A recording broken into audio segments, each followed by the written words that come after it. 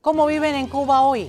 Aquí, en Ni Más Ni Menos, con Yelenis Reina, nos ocupan cada uno de sus días para poderles informar a aquellos que les importan los cubanos de la isla y también, ¿por qué no?, informarles a ellos allí dentro. Pues el régimen por minutos se sale con nuevas medidas e inventos que no tienen ni pies ni cabezas y que ellos explican en la televisión, pero los que no tienen corriente, que es caso de la mayoría, no alcanzan a enterarse. Mientras el mundo celebraba la Semana Santa, en Cuba más de la mitad del país estaba en apagón. La principal termoeléctrica del país, La Guiteras, salió de servicio en la madrugada de este lunes, dejando a La Habana prácticamente a oscuras. En medio de todo esto, las grandes ideas del régimen llueven. La que voy a tratar de explicar hoy es todo un absurdo.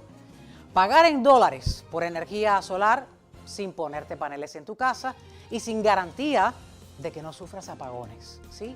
Como lo escuchas. Y hay más. Como todo lo que allí te pintan como solución termina siendo una trampa. Hoy lo voy a analizar sin filtros con un economista cubano que nos va a explicar, entre otras cosas, cuánto costaría realmente reconstruir el país. Se habla de más de 65.000 millones de dólares. Además, mientras en Cuba falta la electricidad, la humanidad llega otra vez a la Luna. La misión Artemis 2, con humanos a bordo, viajando más lejos que nunca en más de 50 años, lleva en su interior tecnología latinoamericana participando en la misión. Quizás ustedes dirán, ¿latinoamericana, Yelenis Reina? Pues sí, hoy me va a acompañar un ingeniero electrónico, docente, investigador, quien estuvo muy cerca en la fabricación de un microsatélite diseñado por ingenieros argentinos que está ahora dentro de la misión Artemis 2 para operar en espacio profundo. Todo esto y un poco más aquí en solo minutos. No se vayan, quédense hasta el final, comparte y suscríbete a mi canal. Y si te interesan los temas del programa, dale like, porque a mí también me gusta. Vamos ya, ni más ni menos con Yelenis Reina, ni más de lo que ocurre, ni menos de lo que nos importa. Comienza ya. Ni más ni menos con Yelenis Reina. Ni más de lo que ocurre, ni menos de lo que nos importa. Ni más ni menos que la verdad.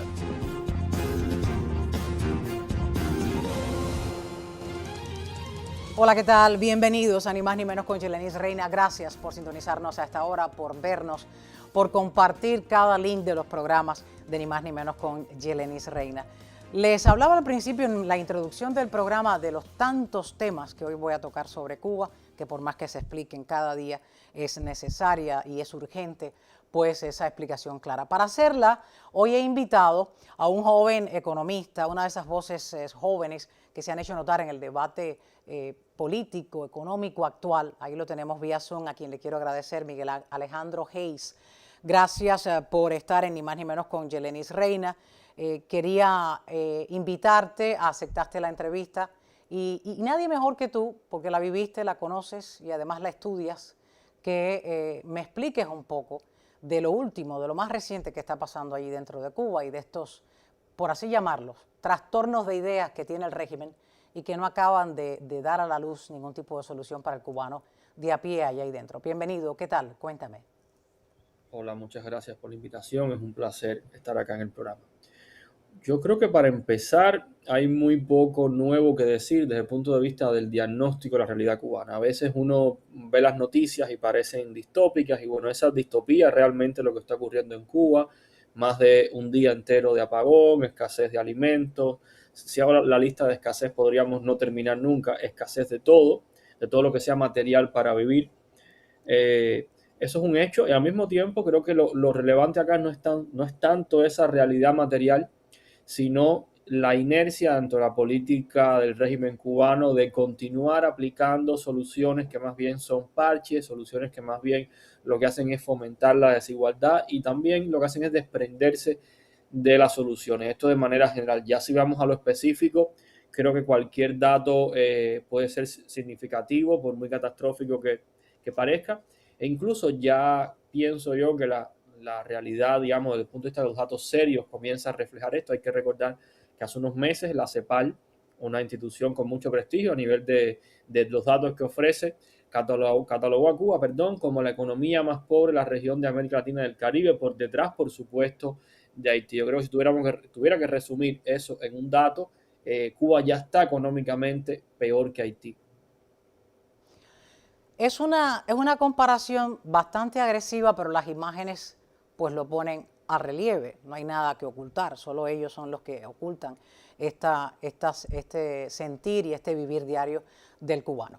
Acaba de terminar la Semana Santa en Cuba, muchos vivieron allí su propio Via Crucis, ese Via Crucis diario, de que en los últimos años ya es constante, no hay corriente. Y para variar, en esa semana muchas de estas liturgias y procesiones se realizaron en la calle, algunas tuvieron que pedir ese tipo de permiso a las autoridades, otras pues no tuvieron lugar porque no había corriente, no tenían sencillamente muchas personas acceso de transporte para llegar a las iglesias. Cerca del 60% del país estaba sin electricidad en ese domingo de resurrección.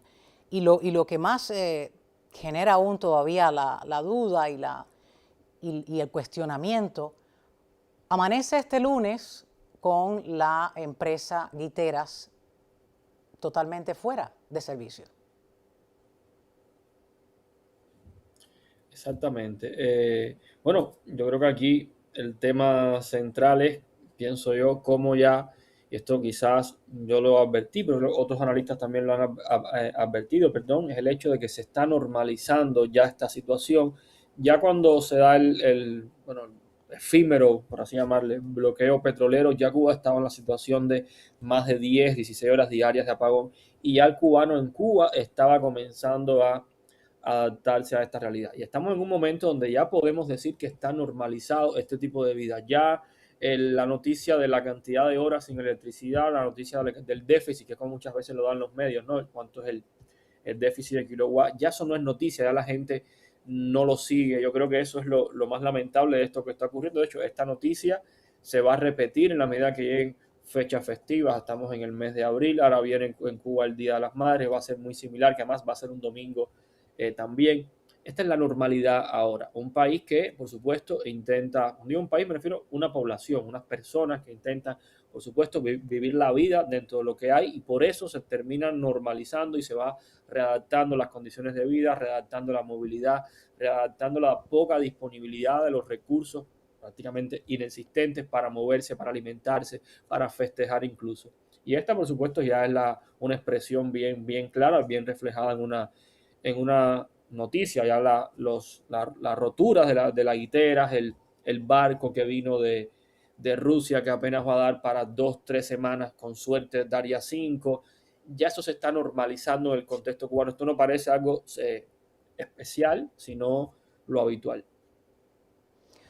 Es la noticia que muchos recibieron con los brazos abiertos, la llegada de este petrolero ruso, y cuando el cubano escuchó que solo daría para esos pocos días, pues se desvanece, porque esa cantidad no creo que llegue al pueblo ni la vayan a utilizar para encender 24/7, como digo yo, la vida diaria del cubano, porque hay que achacarle no solamente la cantidad del petróleo que necesita Cuba diariamente, comparada con la que llega y con la que se ha anunciado va a llegar otro petrolero ruso a Cuba, sino la ineficiencia de esas plantas eléctricas, que por más que les pongas petróleo y le enciendas, puedan tener problemas, como acabaron de anunciar detrás de la salida que la empresa eléctrica hizo el anuncio de que la Guitera salía de su servicio, y anunció un recorte bastante, yo diría, modesto, de 13 horas sin corriente, cuando allí acabas de mencionar y estás viéndolo día a día, pues son más de 16 horas las que se registran. Y no solamente están reportando la salida de las guiteras, han reportado que hay otras que están averiadas, como es el caso de las unidades de las termoeléctricas Felton, la Antonio Maceo y la 10 de octubre. Con estas unidades en mantenimiento que mencionan, las 5 y 6 del Mariel, la 3 y 6 de Renté y la unidad 5 de Nuevitas, ¿crees que estas personas se estén preparando para reparar este tipo de plantas y dicen estamos en mantenimiento, o es la excusa para seguir tener a toda Cuba en penumbras?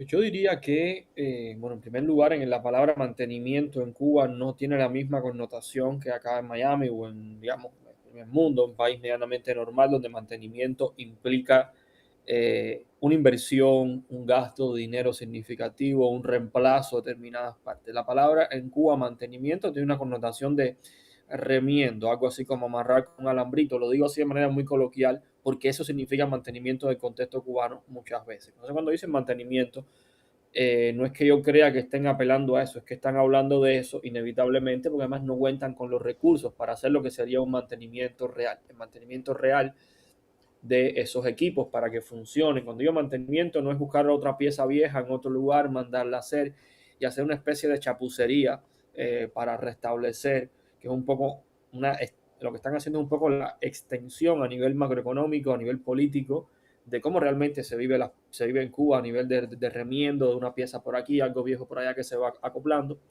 Es eso lo que están haciendo, porque hacerlo bien, un mantenimiento como debería ser, costaría cientos de millones de dólares que no tienen disponibles. De hecho, restablecer medianamente el sistema electroenergético nacional, digo medianamente, una pequeña parte, estaría costando entre 2.000 y 4.000 millones de dólares, que evidentemente el régimen cubano no tiene, y que se me había quedado antes, lo lamento, con esta cuestión del bloqueo petrolero, que según tengo entendido ya acabó, al menos la actual administración de Estados Unidos dijo que quiera llevar petróleo a Cuba, lo puede llevar. Yo creo que ese momento de alta tensión va a ser utilizado por el régimen cubano como pretexto de ahora en adelante para normalizar esto de lo que estamos hablando, como ha hecho de manera muy similar con el tema de lo que llaman bloqueo, es decir, el embargo, el tema de las sanciones. O sea, aprovechan una nebulosa de información para crear una justificación, es lo que yo veo venir y es lo que va a terminar ocurriendo en este contexto. Es decir, a partir de ahora simplemente van a destinar poco dinero, porque un barco cada 15 días es una locura para el funcionamiento de un país.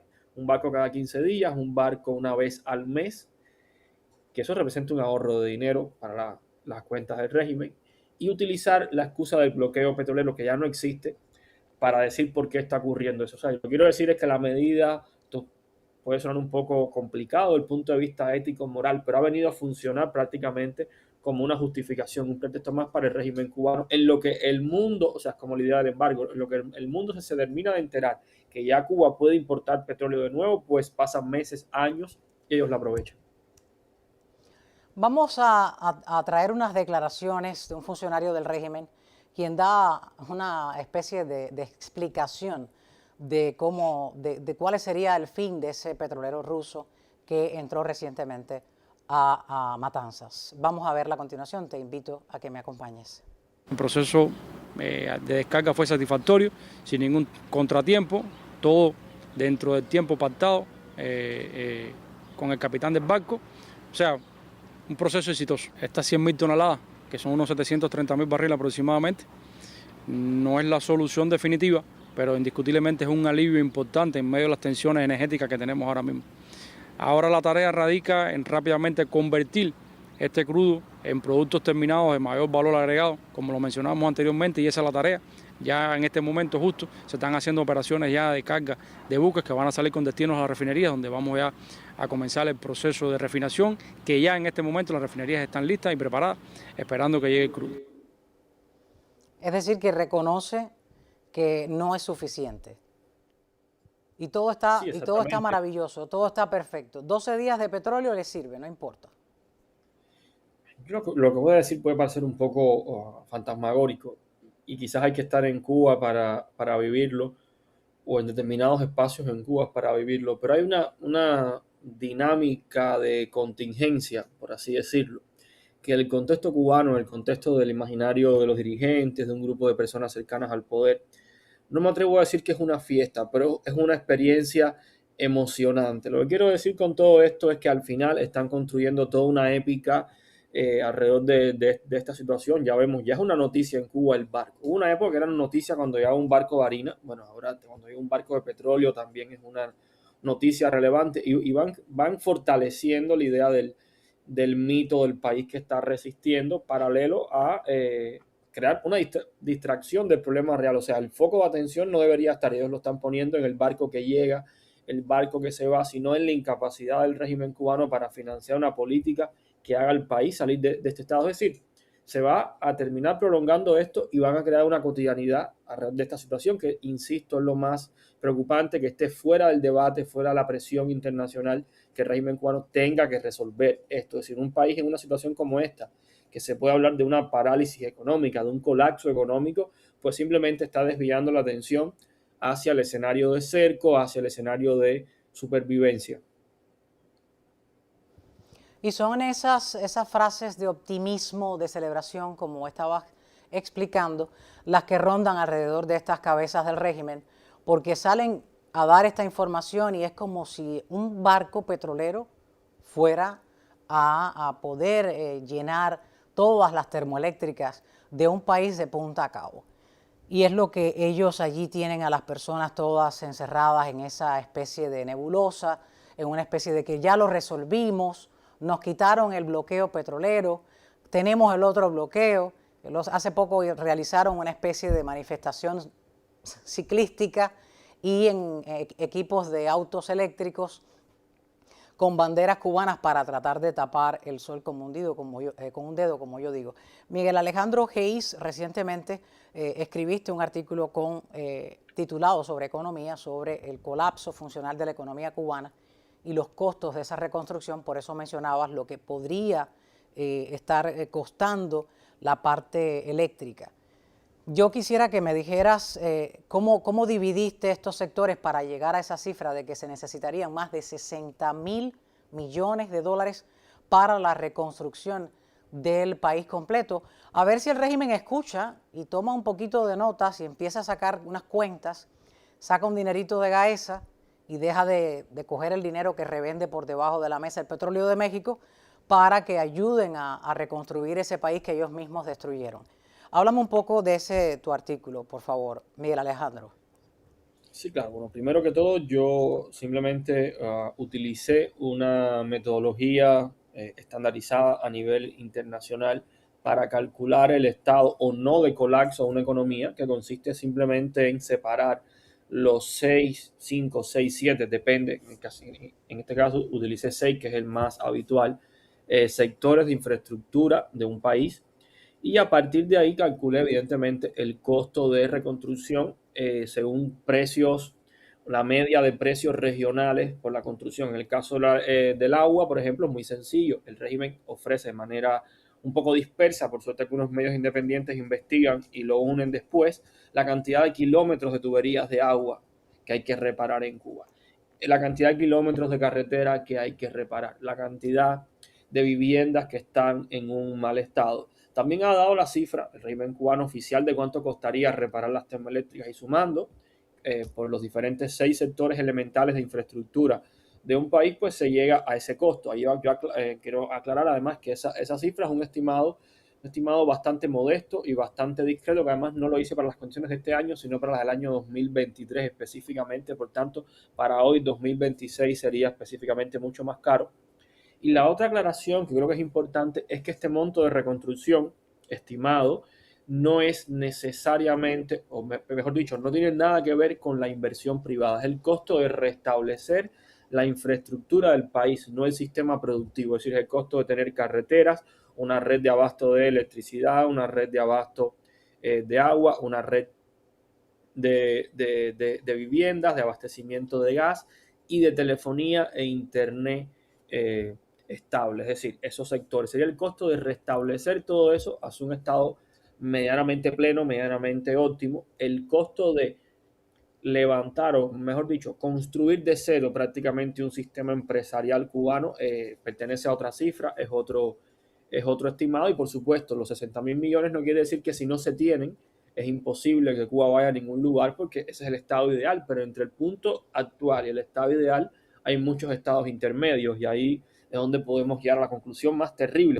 No es que el régimen cubano tenga 60, no es que no tenga 50, es que ni siquiera tiene 10 es mucho todavía, no tiene 5.000 millones de dólares para, aunque sea, restablecer el sistema electroenergético nacional, no como uno de avanzada, sino uno más o menos para que pueda funcionar. Esos son los problemas principales que tiene la realidad cubana hoy, más allá del sistema político. Digo más allá del sistema político porque aún con un cambio de régimen en Cuba, y esto es muy importante, aún con un cambio de régimen en Cuba no existe el dinero para restablecer el país. La única manera de que Cuba pueda comenzar una senda de 20 años mínimo de reconstrucción y de normalización para que en 20 años Cuba se parezca a un país superior a Perú, a lo que es Perú hoy, por ejemplo. Para que eso ocurra, tiene que, evidentemente, recibir fondos internacionales, Banco Interamericano de Desarrollo, instituciones similares.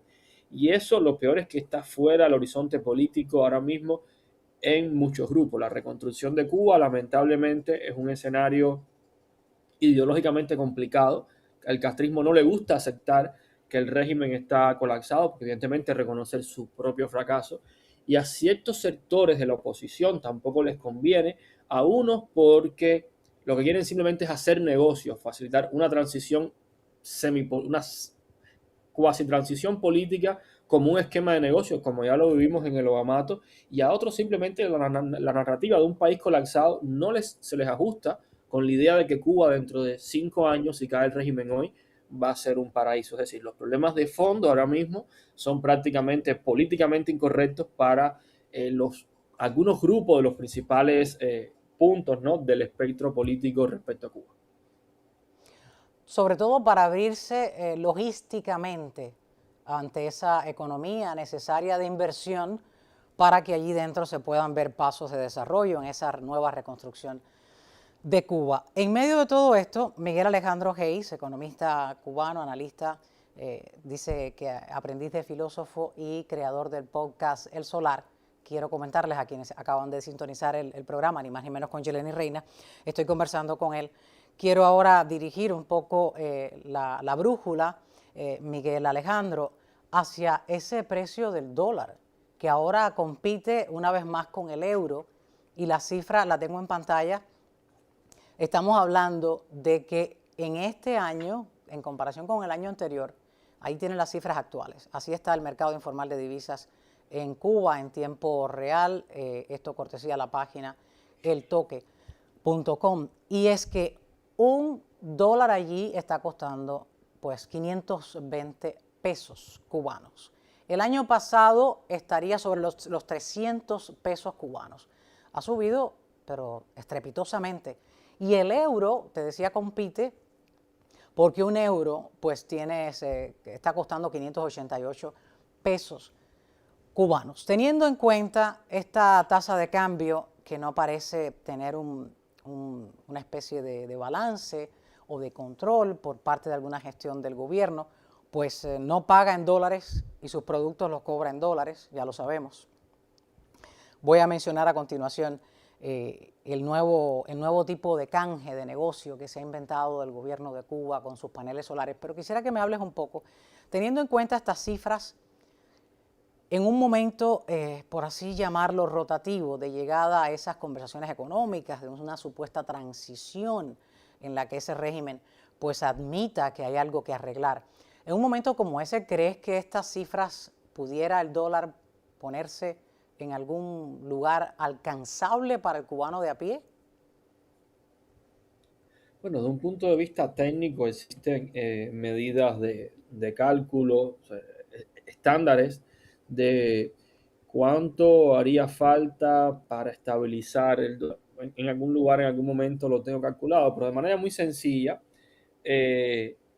hace falta una masa monetaria, insisto, en otro momento la calculé, medida miles de millones de dólares inyectados a la economía cubana para que el dólar llegue a un punto, digamos, de unos 100 pesos cubanos, 150 pesos cubanos por dólar. Es decir, para cambiar el precio hay que inundar el mercado, esto todo el mundo lo entiende, hay que inundar el mercado con un precio inferior, por supuesto, para hacerlo bajar. Y eso es un horizonte bastante distante, y además de que desde el punto de vista de las dinámicas económico-sociales, la reducción de un precio es un fenómeno bastante complicado de lograr, porque los precios siempre están conectados, con el resto de la economía. Esto suena muy, muy abstracto, pero lo que quiero decir es que incluso en un escenario de transición, la bajada de este dólar va a costar mucho, y va a costar sobre todo una masa monetaria de la cual no se dispone. Eso evidentemente es algo que se regula desde el punto de vista de la política, de las las autoridades que hacen la política monetaria, y esto necesita que esas autoridades cuenten con una disponibilidad de divisas contada en el orden de los miles de millones, que eso hablamos en términos de Estado. O sea, en una transición haría falta un banco cubano capaz de regular esto y que cuente con el dinero, lo cual pasaría nuevamente por un préstamo internacional. O sea, no hay divisas en la economía cubana para generar esto. Todo gira alrededor de que Cuba está en un estado de bancarrota. Si fuéramos a usar un lenguaje un poco más coloquial, está en un estado de bancarrota. Cuando hay bancarrota, uno no puede hacer las transformaciones necesarias. Incluso ahora que está tan de moda, pero siempre ha estado de moda, sugerirle al régimen cubano, quita acopio, quita este ministerio, pon lo otro. Incluso eso tiene un costo económico y simplemente no va a funcionar porque no hay con qué financiar el restablecimiento de la infraestructura sobre la cual existe la economía. Entonces, eso está por encima incluso de una transición. O sea, la divisa, el precio se regula a través de una política monetaria consciente que lleva recursos que no están disponibles. O sea, Cuba por sí sola no puede salir del estado actual. Por eso incluso un cambio de régimen que no posibilite una inserción de Cuba entre los mecanismos internacionales va a ser simplemente democracia en condiciones de pobreza y todo lo que implica una democracia cuando no es plena, cuando existe un escenario económico tan terrible con todas las desviaciones y disfuncionalidades que puede tener. Una de esas desviaciones, teniendo en cuenta el precio que ha alcanzado ya el dólar este año, es ese nuevo proyecto que el régimen tiene. Y es que lo anunció en Gaceta Oficial de Cuba, lo reformó este año recientemente en marzo, es un anuncio desde el 2025, pero ahora en los finales días del mes de marzo, pues lo trajo de nuevo con una especie de reformación. Y es que el gobierno decidió cobrar en dólares por la energía solar, pero no te ponen paneles en tus casas. Tú pagas en moneda dura para financiar un sistema eléctrico, pero sigues dependiendo del mismo y no te garantizan. Escucha bien esto, Miguel Alejandro Hayes, como economista me vas a ayudar a entender un poco también, porque estudias todos los días no solamente la economía de lo que pasa dentro de Cuba, sino del mundo, y tienes un alcance numérico mucho más amplio de lo que yo pueda mirar, más allá de los titulares y los artículos de información. No te garantizan, con todo este costo que tengas, que pagues los contratos, y los voy a explicar ahorita, los voy a leer brevemente. Este tipo de contrato anual en dólares, ni te ponen un panel en el techo, no te garantizan que no tengas apagón y lo llaman una especie de negocio de inversionista. Te conviertes en un inversionista de lo que va a ser la red eléctrica solar del futuro. Explícame un poco sobre esto, por favor. Bueno, primero, desde un punto de vista estrictamente técnico, no tiene nada relevante. Ahora, en el contexto cubano es una locura. ¿Por qué? Digo locura porque no hay otra palabra. Este tipo de esquema donde los usuarios de un servicio terminan siendo asociados de ese servicio es algo que no debe sonar muy extraño en Estados Unidos, no debe sonar muy extraño en sociedades como la japonesa, en general sociedades del primer mundo. O sea, el esquema de manera plana está bien, ¿no? Ahora, en el contexto cubano es un total absurdo porque hablamos de un servicio que está roto. Cuando digo roto, que está quebrado, un servicio que no puede funcionar. Más bien, yo no sé qué. Es muy complicado esto porque no hay manera sana de describir esto que no sea como una estafa propiamente hablando, que no sea como un mecanismo de timo, bueno, como casi todos los mecanismos tradicionales que ha aplicado el régimen cubano de recolección de divisas. O sea, lo que quiero decir es que no hay mucho pie y mucha cabeza desde el punto de vista de qué es lo que están buscando, simplemente quitarle las divisas a las personas. Ahora, yo creo que esto hay que entenderlo como una jugada, porque a veces hablamos del régimen cubano como si fuera un monolito y en realidad hay diferentes grupos. Esto es una jugada que se corresponde con otro grupo de poder que evidentemente está haciendo negocios mucho más pequeños que lo que pudiera estar haciendo Gaesa. Digo esto porque hay que entender muchas veces que uno no solo tiene que lidiar con lo que hace Gaesa, para robarle a los cubanos, sobre todo a la comunidad en el exterior, sino que existen diferentes grupos más pequeños que tienen que ver con gobiernos locales, que tienen que ver con instancias nacionales, pero ya no tanto militares, sino un poco más burocráticas. Y esta medida, un poco, insisto, es una estafa, lamentablemente, para los cubanos que están en Cuba y en el exterior. Lo que hace es intentar expropiar, pero es el negocio particular de ellos. Esto intento separarlo de Gaesa, no porque sea algo mejor o peor, sino porque hay diferentes grupos, todos compitiendo por ver quién le logra quitar las divisas al cubano en Cuba. Y esto se puede notar como ha habido competencias entre diferentes tipos de mercados, diferentes tipos de tarjetas. O sea, como a lo interno del régimen salen diferentes mecanismos de, vamos a llamarle, expropiación, que compiten por expropiar, por robarle, o en cierta medida es robar al cubano en Cuba. Y esto, por supuesto, es un caso bastante claro, porque no se puede garantizar, evidentemente, con un pago de divisa un servicio diferenciado, y están haciendo algún tipo de bolsa, prometiendo algún tipo de bolsa a ser accionistas a un sistema del futuro, lo cual carece de sentido en el contexto de inestabilidad cubano y de la imposibilidad de que la recaudación, que es lo que creo que también esto es importante, el monto recaudado por este tipo de servicios jamás va a poder cubrir el restablecimiento del sistema electroenergético nacional. Por tanto, cualquier promesa es vacía. Es totalmente vana. Le voy a explicar brevemente. Por ejemplo, 1 kilowatt por 2 años va a costar alrededor de $90. Esto es un contexto donde el salario promedio mensual, recordemos, son $15 en el mercado informal, lo que evidencia esta fuerte brecha de acceso. Y a cambio se van a ofrecer descuentos en la factura eléctrica y posibilidad de vender esos excedentes, pero no te garantiza que te quiten la corriente. Ahora, ¿quién escucha esto? Quien lo escucha dice, yo tengo familiar en el extranjero, déjame decirle que si yo pago $96 por un año, tengo acceso a este servicio. ¿Pero a qué servicio? Si te van a quitar la corriente y no te van a poner ningún panel en el techo. Revisando nosotros aquí en este programa, quiero invitarte a ver estas tristes y crudas imágenes de la realidad del diario vivir del cubano, y es el momento donde llegan los huevos a un mercado de Guanabacoa. Mi productor me acababa de decir, y quiero que me corrija si es el lugar exactamente. Estas imágenes cortesía de 14 y medio, quiero que veamos las imágenes de cómo es que reciben ellos allí esa fila para ir a comprar los huevos. Pero es en Guanabacoa.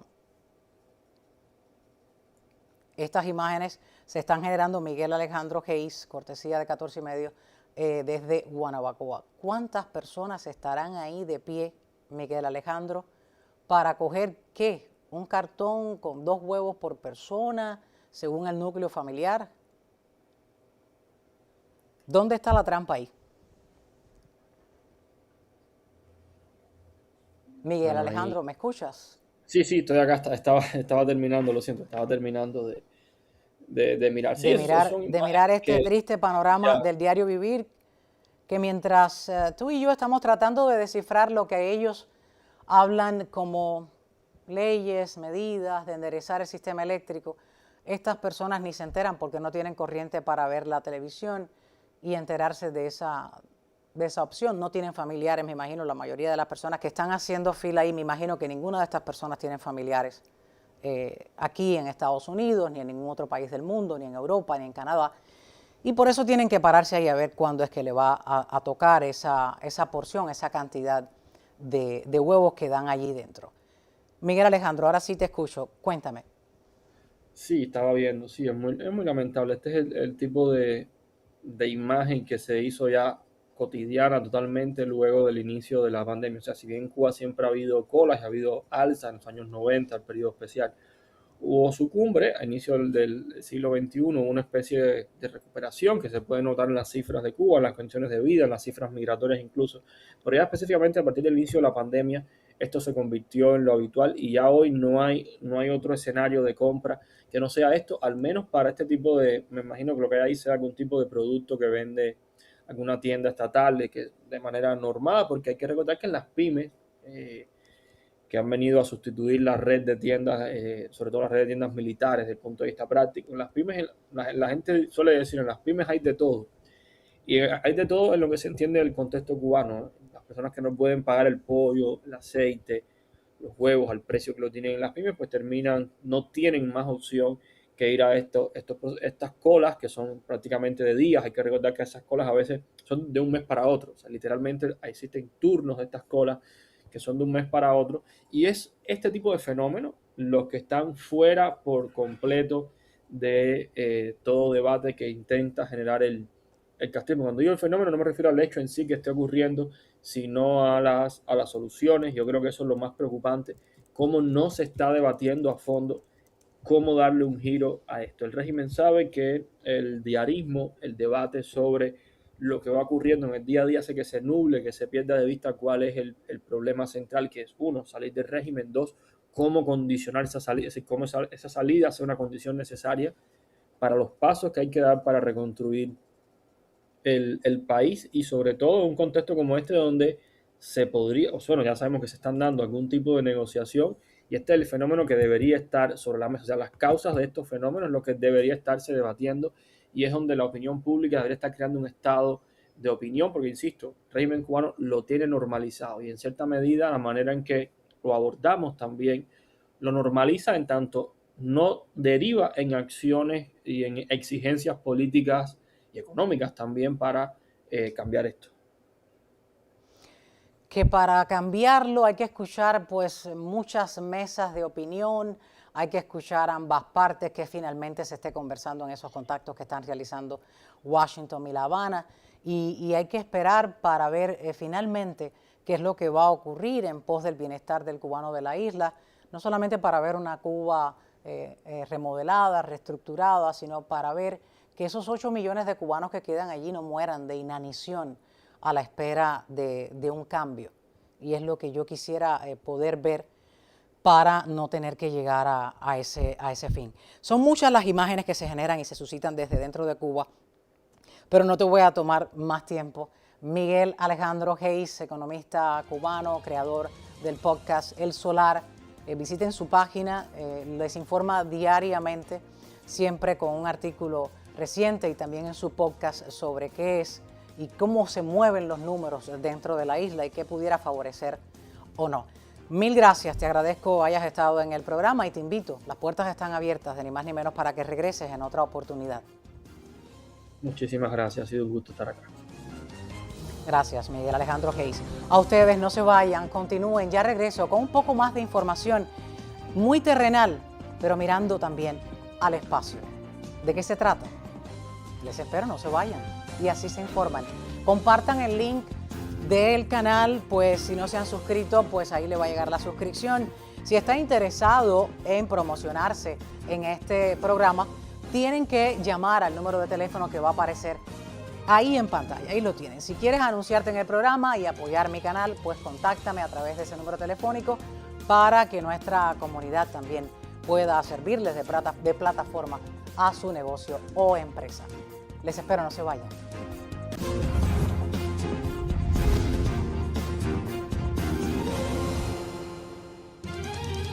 A esta hora aquí en Ni Más Ni Menos con Yeleni Reina, pues un tema que está no en boca de todos, no, en los ojos de todos.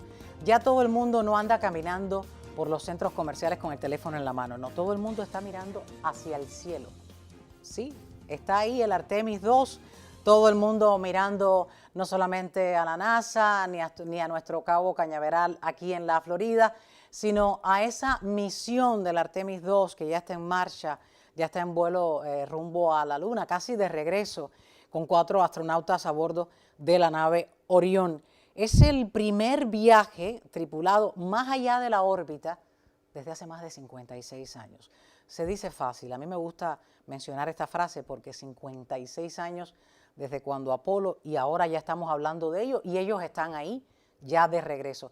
Quiero invitar a que me acompañe, a quien ya tengo conectado vía Zoom, a un ingeniero y electrónico, se llama Fernando Filippetti, y es ingeniero electrónico y docente de la Universidad de Buenos Aires. ¿Por qué lo he invitado a él? Porque dentro, en esa misión del Artemis 2, hay un microsatélite que fue fabricado por ingenieros argentinos. Hablo del Atenea. Bienvenido, Fernando Filippetti. Qué honor ustedes ser parte de esta misión. Y me estás hablando justo desde Cabo Cañaveral, de la Florida. Aún no han zarpado hasta Argentina. ¿Por qué? Porque están esperando el regreso, ¿no? Bienvenido. ¿Qué tal? ¿Cómo te sientes? Buenos días, Yeleni. Bueno, muchas gracias por la invitación. La verdad que muy contento. Sí, somos uno de los 4 países en esta misión tan importante para todo. Bueno, para muchas generaciones, me incluyo en eso porque no vimos el alunizaje en su momento. Y haber podido satélite desde Argentina, que es el único país de Latinoamérica que logró hacerse uno de los 4 lugares. Había muchos más lugares, solamente 4 lograron poner en tiempo y forma, 4 países del mundo.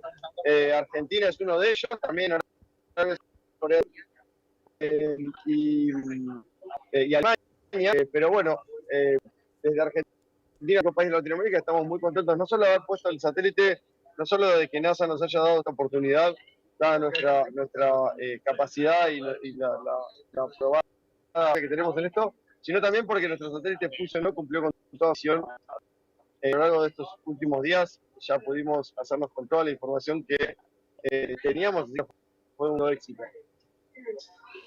Ahí tenemos imágenes de la tripulación de esa misión de Artemis 2. Está compuesta por Ray Wiseman, ex comandante de la NASA, Victor Glover, también de la NASA, Christina Koch de la NASA y Jeremy Hansen de la Agencia Espacial Canadiense. La misión estaba buscando alcanzar unos 400.000 kilómetros de distancia de la Tierra, marcando un nuevo récord humano en el espacio.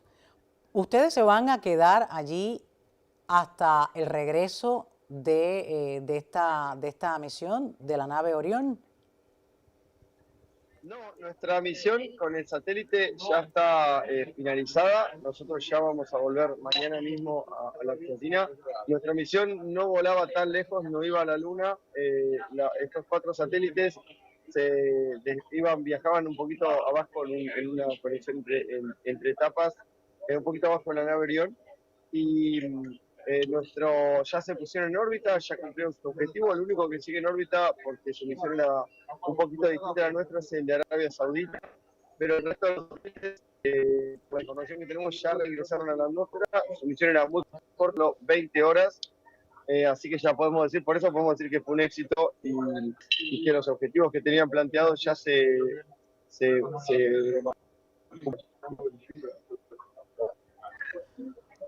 ¿Cuál sería el papel de ese microsatélite, el Atenea?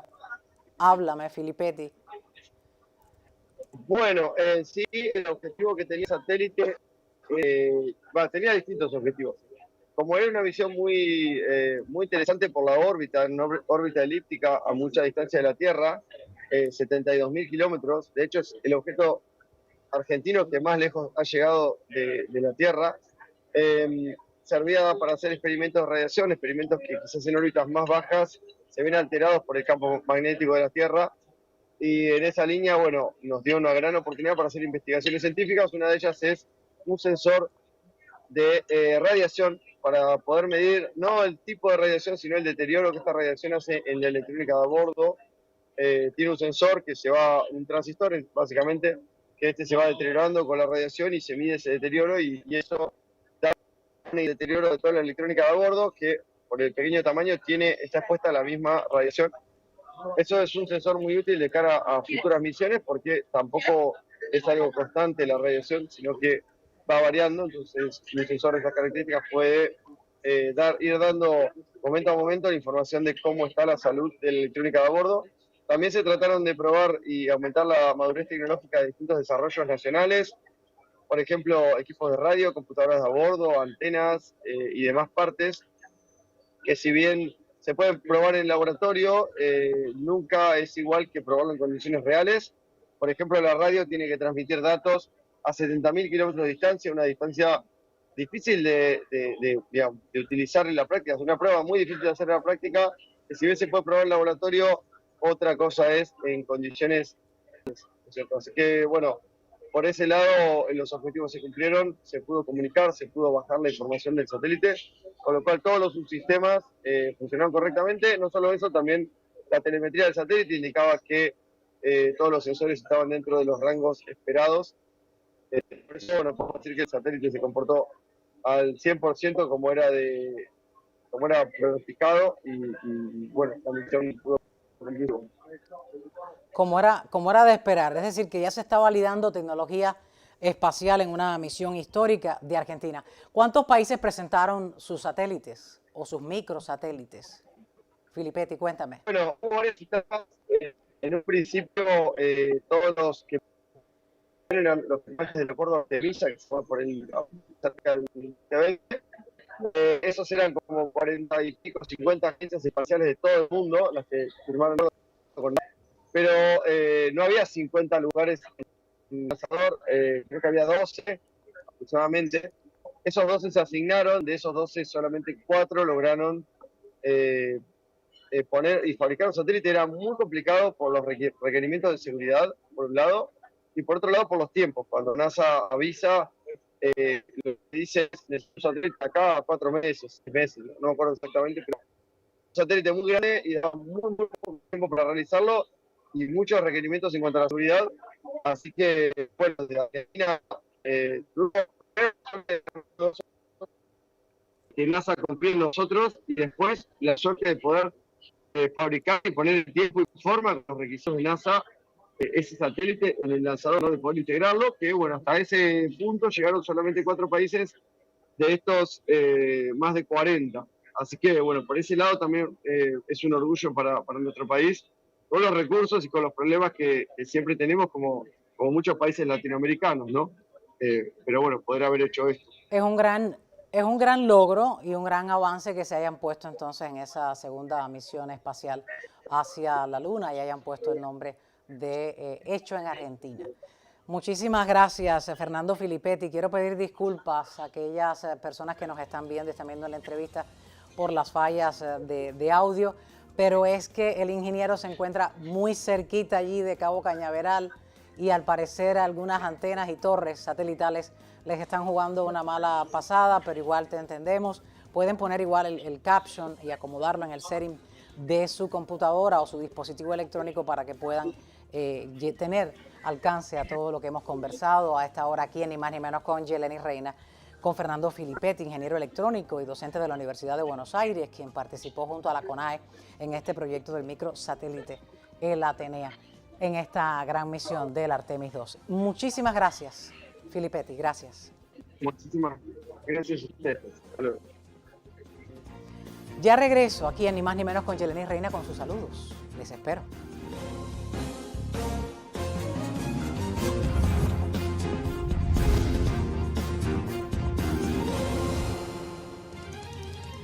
Vamos ya a leer sus comentarios en un anterior programa y abro pantalla como por arte de magia. Así me gusta, para verlo así todo, como si se tratase de la NASA, este tema tan de moda por estos días. Luis Enrique Torres es el primer comentario que tengo en este programa y escribió: muchas gracias, Yelenis, gracias a ti, Luis Enrique. Ahí te están dando tu corazoncito, Juan Pinakamura. Yolanda González escribió: magnífico programa como siempre, querida Yelenis. Gracias, Yolanda. Magníficos invitados también. Gracias también, se los haré saber a ellos. Omar Mederos escribió: saludos, Yelenis, desde Cuba, salud, y muchos corazoncitos y emojis que me encantan. Gracias por comentar y escribir. Aliteli es alguien que leo por primera vez el comentario aquí en el programa. Comentó gracias con un corazoncito. Yelenis, muy buena entrevista. Es una entrevista que le hice a Alina Fernández Revuelta, la hija rebelde del dictador cubano Fidel Castro. Ahí la pueden ver si aún no la han visto. Alejandrina Calzadilla, es una entrevista del pasado jueves. Alejandrina Calzadilla escribió: muchísimas gracias por sus palabras desde Cuba, feliz día, Alina Fernández. Palabras para Alina, gracias Alejandrina. Corazoncito te están dando también. Raúl comentó: hola, magnífico programa, gracias. Gracias, Raúl. Nereida Pérez Fuentes, muchísimas gracias. Soraya García, Soraya Casas, ex María García, Elia Rosa Pérez Guerrero, a todos, mil gracias por escribir en el programa, no solamente, sino por verlo, por compartirlo y por suscribirse a nuestro canal de Ni Más Ni Menos con Yelenis Reina. Ya somos más, y les quiero dar las gracias por eso, porque en el fin de semana logramos ese objetivo de llegar a más de 40,000 y en esta semana, no más tardar, antes del viernes, pues estaré haciendo una especie de selección, no una rifa, de selección, para ver quién fue uno de los suscriptores más recientes en el que se va a ganar ese pequeño obsequio, ese pequeño premio de Ni Más Ni Menos con Yelenis Reina. Nada grande, siempre un detallito para que nos recuerden, como sé que los hacen cada tarde, que sintonizan Ni Más Ni Menos con Yelenis Reina. Ni más de lo que ocurre, ni menos de lo que nos importa. Les espero en un próximo espacio. Hasta la próxima.